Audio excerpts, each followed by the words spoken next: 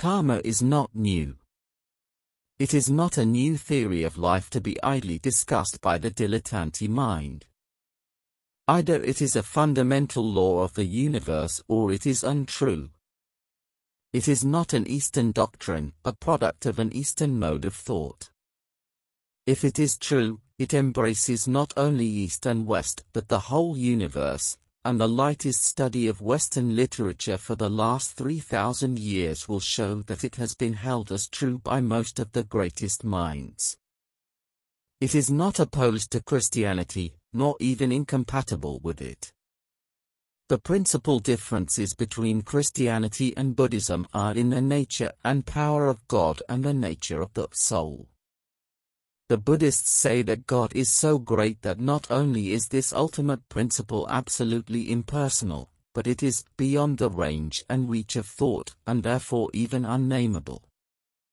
That, as the Hindus call it, has no say in the affairs of any of its myriad parts, for all are parts or aspects of one inseparable whole. To this extent and to this only Buddhists are atheists, in that they refuse to demean the ultimate namelessness to the status of a tribal deity. On the question of soul the difference is subtle yet profound.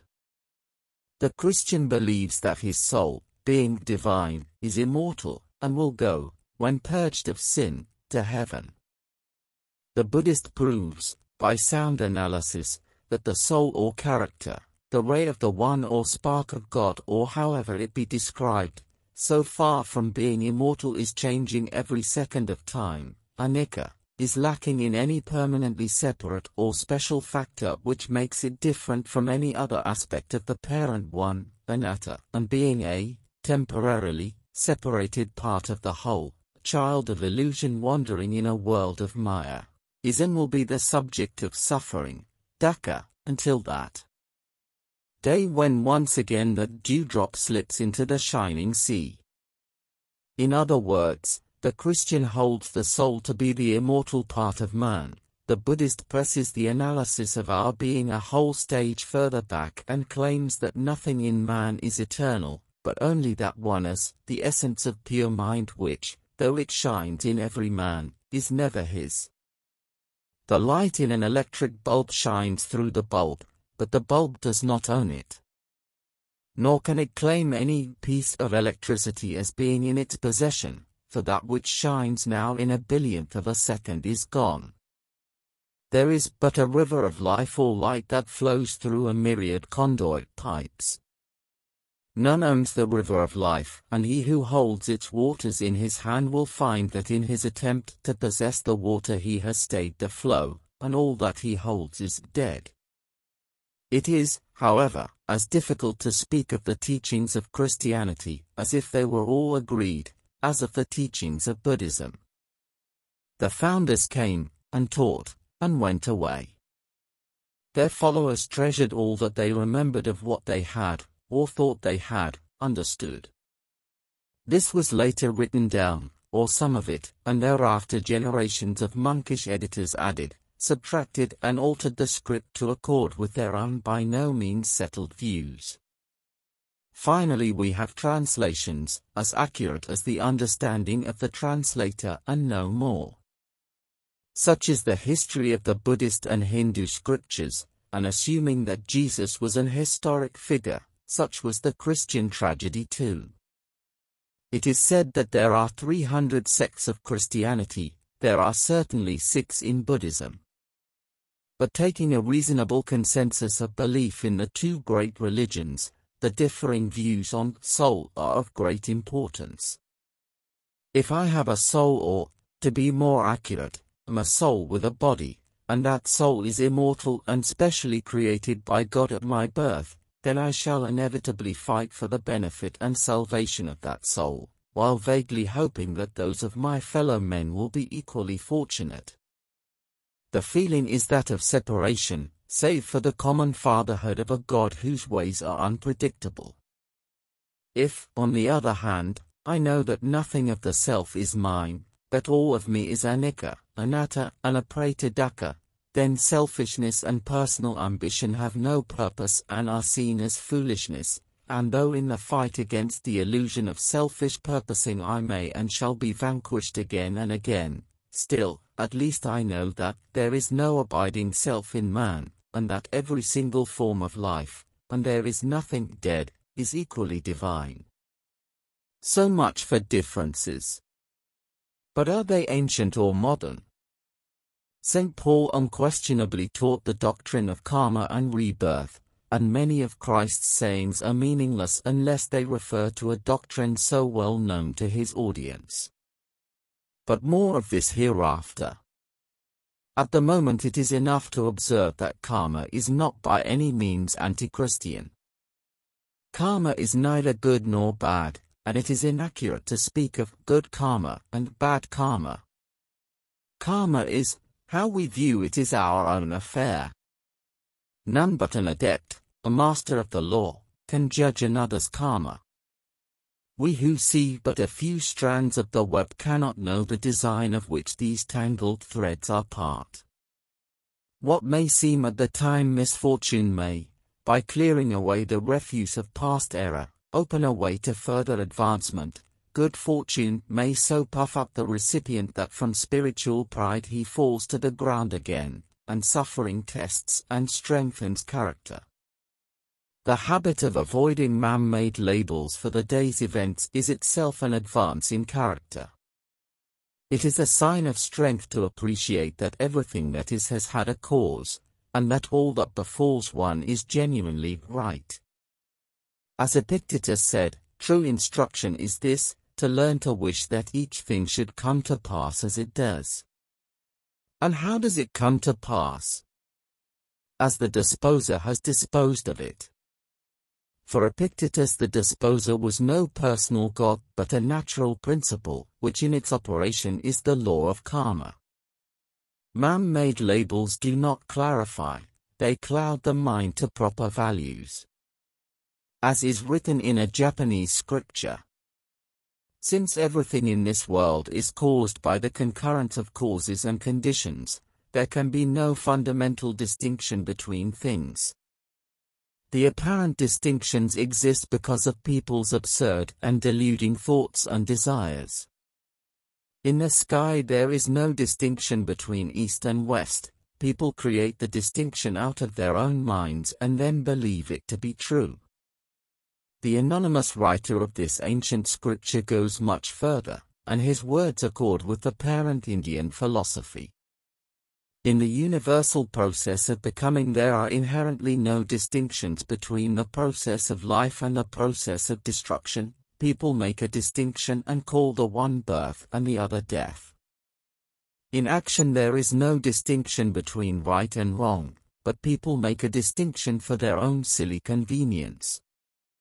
To Buddha every definite thing is illusion, something which the mind constructs. He knows that whatever the mind can grasp and throw away is vanity, thus he avoids the pitfalls of images and discriminative thought.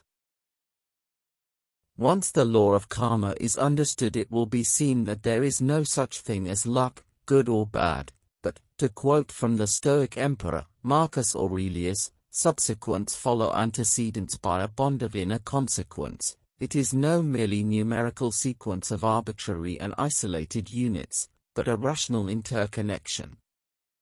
Nor is the doctrine of karma equivalent to the doctrine of predestination or determinism.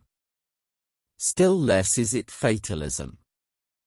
The latter implies a blind course of some still blinder power, but man is a free agent during his stay on earth, free, that is, within the working of the law. For, viewed from one life, the operative karma of that life is equivalent to the Greek nemesis or destiny. But this destiny is not the decree of a wrathful God, but the product of that man's imagination. The fault, dear Brutus, is not in our stars but in ourselves that we are underlings. In order, however, to understand Professor Radhakrishnan's dictum, freedom and karma are two aspects of the same reality, it may be wise to return to first principles. The soul of man, as distinct from his spirit and the physical body, is the battleground of the pairs of opposites which, ranged under the banners of good and evil, contend for mastery. On the side of light is the will, in the sense of the driving force towards enlightenment. On the other are the mass desires of the lower, personal self which craves for its separative own aggrandizement. These two forces strive unceasingly, and now the one and now the other gains the field. Such is the sickness of the spirit, soul, as St. Augustine called it, that riseth itself not to its full stature, being sustained by the truth but weighed down by custom. And thus there are two wills, and neither is entire.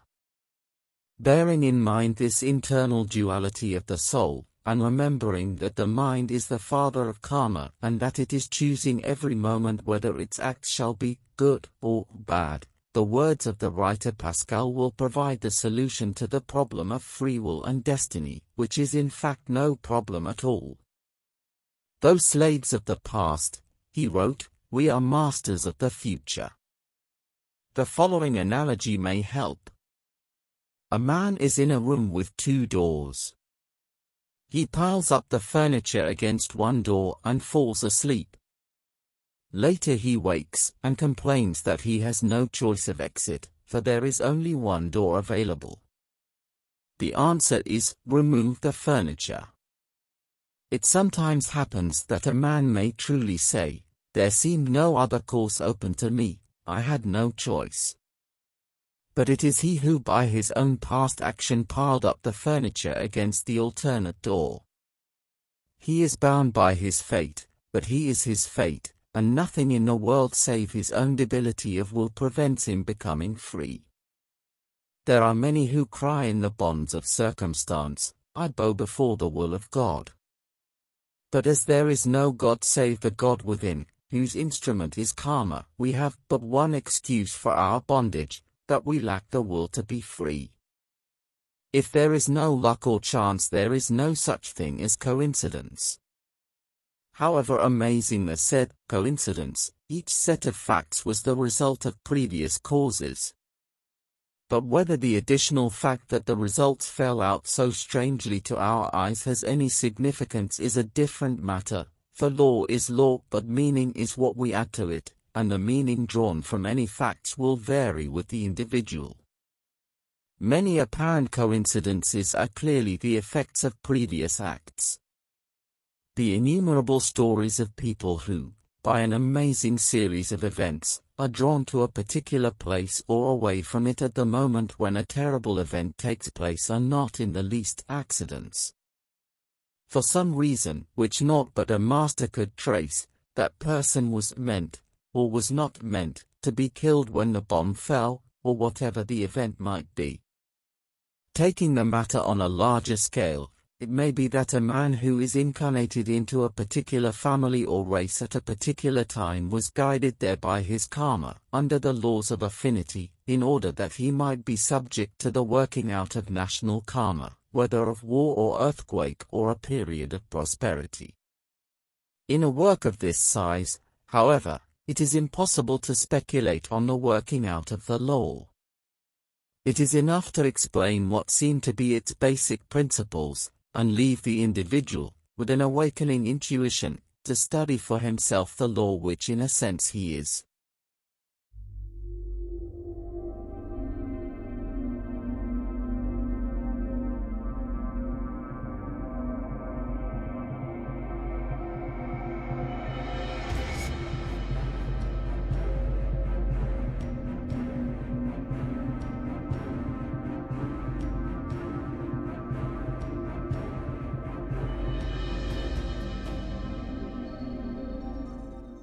Once the law is reasonably understood, it solves a large proportion of the problems which cloud our present mind, and certainly in the East, where karma is as obvious as the law of gravity, these problems do not arise. In the first place, it explains the inequities and inequalities of daily life. Only karma can explain the mysterious problem of good and evil, and reconcile man to the terrible apparent injustice of life. For when one acquainted with the noble doctrine looks around him, and observes the inequalities of birth and fortune, of intellect and capacities, when one sees honor paid to fools and profligates, and their nearest neighbor, with all his intellect and noble virtues, perishing of want and for lack of sympathy, when one sees all this and has to turn away, helpless to relieve the undeserved suffering, that blessed knowledge of karma alone prevents him from cursing life and men, as well as their supposed creator. On the other hand, nothing is more untrue than the cry that all men are born equal. They are not. Each is born with a burden, pleasant or unpleasant, of his own karma, and no two men are equal, for no two are the same. All mankind is one family, but its members are of different ages. Therefore there is no equality of opportunity and no equality of responsibility. Although all are marching towards a common goal, they cannot bear equal burdens, and would not be expected to if the law of karma were understood. In the same way, karma explains the problem of original sin. There is no problem, for there is no original sin. First causes are necessarily unknowable, and as the Buddha insisted again and again, discussion of such matters is unprofitable, as leading in no way to the heart's enlightenment. But the teaching of wisdom is clear.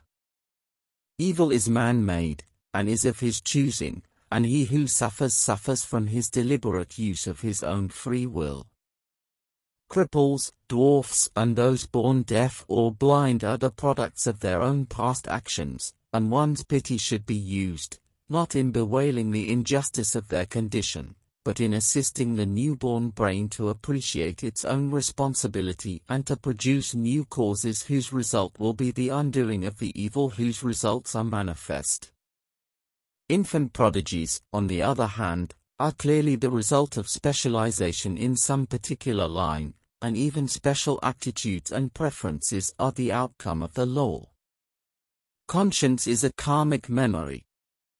The essence of mind is deathless, and its ray, the consciousness, vijnana, which moves from life to life, is a storehouse of immensely complex memory. Even though the brain, which is new in each life, has forgotten the lessons of past experience, the inner mind remembers, and when temptation murmurs again at the pleasures of a certain low desire, the voice of memory replies, "But what of the cost in suffering, the price that you paid?" Karma explains. Karma expresses not that which a man inherits from his ancestors, but that which he inherits from himself in some previous state of existence. In the same way, the environment is a product of one's own past actions, for each new birth accords with the karma therein to be discharged. All that is inherited from parents is the body, the outermost garment of the many-robed, essential man. The mind, or returning unit of consciousness, so far from being the product of its body's parents, chose those parents, and the body which they would provide for the working out of a portion of past karma. Heredity is therefore the servant of karma and not its substitute. By the law of affinity, the magnetic law of attraction and repulsion, each new body attracts an appropriate soul or character, as each returning consciousness attracts or is attracted to a vehicle suitable for self-expression in the life to come. The staggering complexity of such elaborate choices, allowing for period, race, sex, family, and the compound circumstances of environment, is a reason for the mind's humility before the law, but no bar to its acceptance. If an automatic telephone exchange can be made to choose which of a dozen lines is the least loaded at the moment, how much more can the namelessness in manifestation operate for its own high purposes? Modern astronomy has reached considerable knowledge of the stellar cycles, and even modern astrology, the half-understood remains of a once esoteric and spiritual science, has much to say on planetary cycles and their effect on man. Indian philosophy has a complete record of yugas, great and small, covering enormous periods of time, and of cycles, wheels within wheels, as regular as the ebb and flow of the tide. These cycles affect all planes of manifestation, the psychic and mental as well as the physical, but the law which governs these cycles cannot be understood save in the context of the wider, karmic law. The obvious example of the working of the law on a mass unit of humanity is the rise and fall of races or subraces, which may or may not be coincident with nations. Whole civilizations are known to have risen, flourished, reached a great height of culture and then decayed or, as in the case of the Khmers of Indochina, suddenly disappeared. Modern Greece, though still, as the world now knows, a magnificent fighting nation, is not to be compared in culture with its classic forebear. Spain and Portugal are not what they were. Mexico has sunk to comparative insignificance.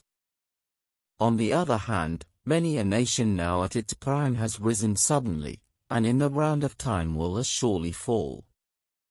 Ethnologists are always puzzled at the causes of a tribe's collapse and disappearance, and only an understanding of the law of karma rebirth will solve the mystery. It is not that a given tribe or race by hereditary evolution of its inherent abilities grows rapidly from mediocrity to genius, but that an ever higher standard of souls find in the rising race opportunity for their own development. In due course, when the cycle has reached its greatest height, these great ones, far on the road of genius in their several ways, begin to leave, and with the assistance of external causes, themselves karmic, such as disease, sterility, conquest or moral decay, the race dies out. One of the obvious cycles is that of peace and war. War is in effect, the mass effect of mass thinking, and once the cause is produced the effect is inevitable. The cause of war, as of all evil, is the three fires burning in the human mind: desire, hatred and illusion. Hatred is born of illusion, the illusion that life is separate, the ignorance of man's essential unity, and desire, or its negative aspect, fear, is the product of and in turn engenders hate. Where no man could hurt his brother, karma nemesis would have neither cause to work for, nor weapons to act through. It is the constant presence in our midst of every element of strife and opposition, and the division of races, nations, tribes, societies and individuals into Cains and Abels, wolves and lambs, that is the chief cause of the ways of providence. Hate is a force, a tremendous force, and mass hate slowly accumulates as a thundercloud in the sky. When the opposing thought forms on the psychic plane have reached a point of overloading, it needs but the lightning flash to cause a discharge. But the analogy is insufficient. When the thundercloud has fallen, the tension is over. The discharge itself does not, in the ordinary sense, produce another cloud. But in war there is hate, deliberate cruelty, revenge and lust. All these are causes, and each must bear its inevitable effect. Thus wars are the cause of wars, and a war to end war is one of the wilder illusions of the human mind. Even in peace we are causing war. In our daily life we are competitive, aggressive, nationalistic, vengeful and self-seeking, which inevitably culminates in war. Intellectually and emotionally we are influenced and limited by the past, which produces the present reaction of hate, antagonism and conflict. Until our own lives are no longer aggressive and greedy, and psychologically we cease from seeking security, and so breaking up the world into different classes, races, nationalities and religions, there cannot be peace. The cause of war, therefore, is the individual mind which, in its ignorance of man's essential unity, wants everything for itself and therefore hates and fears its fellow men. But this war is an everlasting war within, and until each human being has slain the foe within he will not find peace without. The man who wars against himself and wins the battle can do it only when he knows that in that war he is doing the one thing which is worth doing. If the future is the past and present not yet come, then it should be as possible to predict the future as it is to predict the future weather, providing, and it is a very large proviso, that all the causal factors are known.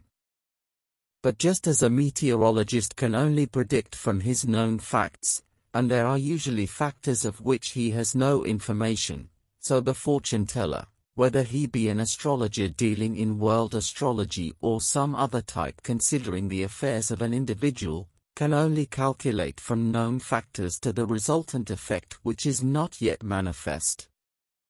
If a single factor is missing, the whole calculation is worthless. Much fortune-telling, however, is the work of persons whose psychic faculties, though quite untrained, are more awake than is usual in the Western world. They feel, by means of cards or other devices for concentrating their faculties, the cloud of unexpected karma in the aura, or psychic envelope, and try to read it. Being untrained, they are seldom accurate, and though palmistry, physiognomy, and the like might conceivably, at a later stage in man's evolution, develop into sciences, they are, at our present stage, a poor substitute for knowledge, even assuming that such knowledge is to be desired. But is it? Or does this morbid craving to lift the veil of the future lead to a weakening of the will? Certainly it is a miserable substitute for the planned and purposeful development of all one's faculties by the conscious user of the law.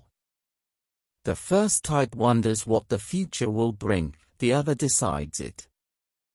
The advantages of working by the law of karma have no end. As already explained, the law provides a graded sanction or reason for right living.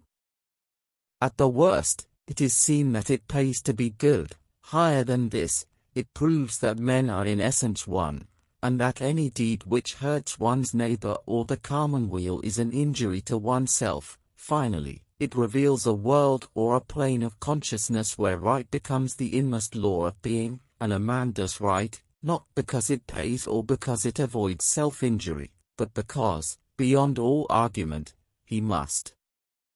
Karma destroys the cause of envy and jealousy and the consequent ill will, for your neighbor is more fortunate than you because he has earned a better fortune. It removes impatience, for when there is all but infinite time ahead, why worry the fretful hour? It largely removes the fear of death, for where there is inner conviction of rebirth and, by the law of affinity, reunion sooner or later with those one loves, why worry that the hour must come for leaving the present robes and resting, returning, robed anew, for fresh experience? Psychology, the Cinderella of Western science, is yet in its infancy, but any doctrine must sooner or later come to terms with it. Here is a fascinating field for research and experiment.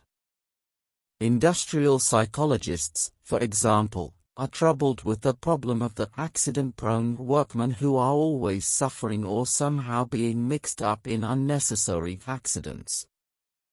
An American scientist writes that it has been completely proved, beyond all shadow of doubt, that the elimination of certain men from industrial plants met with a decrease if not a cessation of accidents in that plant.